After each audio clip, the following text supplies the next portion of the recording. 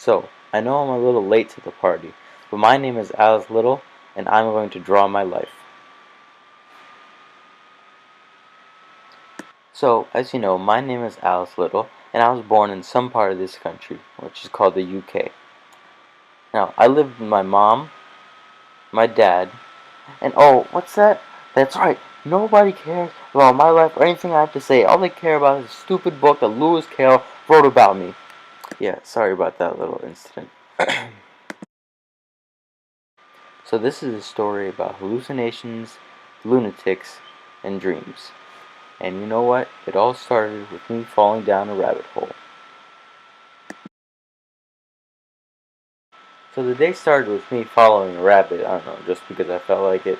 It went into its burrow and I kind of followed it in.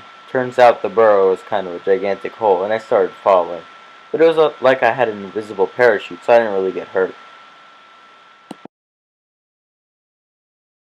I lost the rabbit, but that was kind of the least of my concerns now because I didn't know how to get out in a room completely full of doors.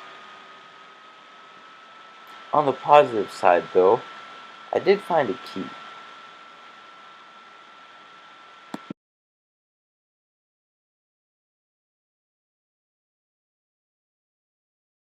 So I did what any random stupid teenager would do, and I tried some drugs.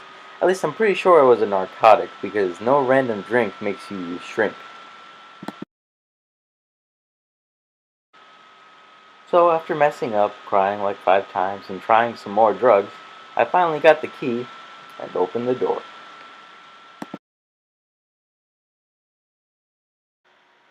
I found a bunch of animals and became friends with them. But then I told them that my cat kind of eats birds, and seeing how a bunch of them have wings, they weren't too thrilled about that.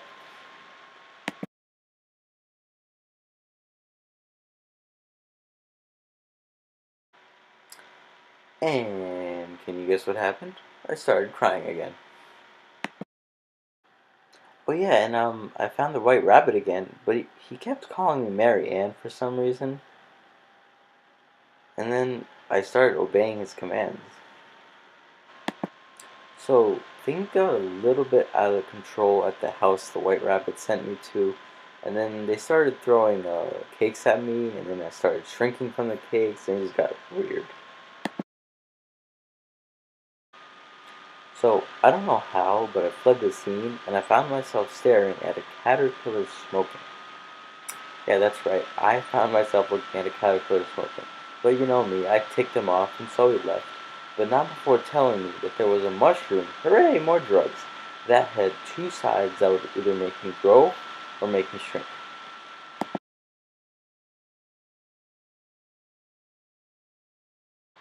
After eating the right side and shrinking, I ate the left side, and then my neck grew like 50 feet.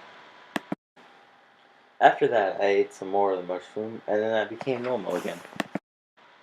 After that, I talked to a stupid frog, and then entered a house which contained a cat that always smiled, a duchess holding baby, and a cook.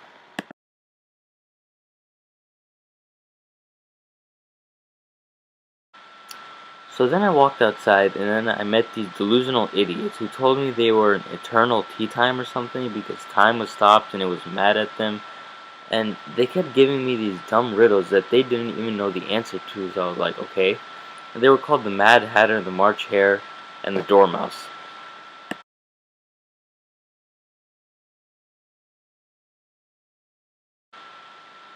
So I met the queen, and then she took us to go play croquet.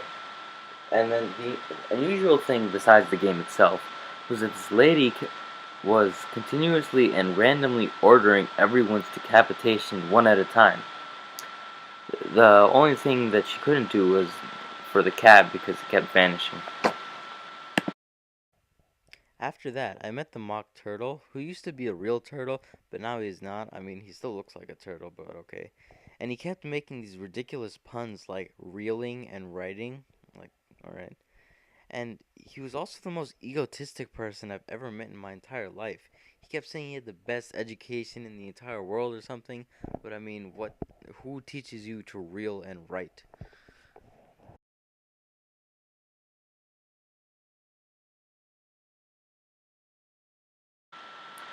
So after that, I was called into the courtroom, which was actually pretty cool. It was probably one of the cooler things in Wonderland.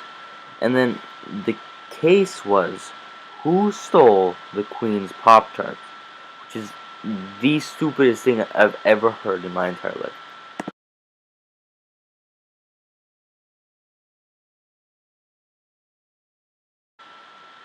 And then I was called to take the stand, and I told him the truth, which was like I don't know anything because I don't steal Pop Tarts.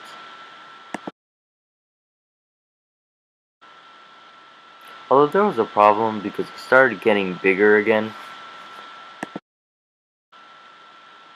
So afterwards, they made the verdict that this guy named Nave did it because of some stupid poem that he wrote, which, I mean, whatever, that's not even real evidence. So I told her how stupid it was, and she kind of did what was expected of her, and then ordered my beheading.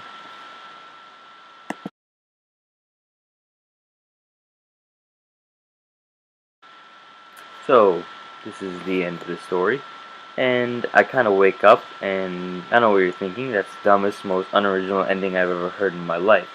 But you know what? Screw you.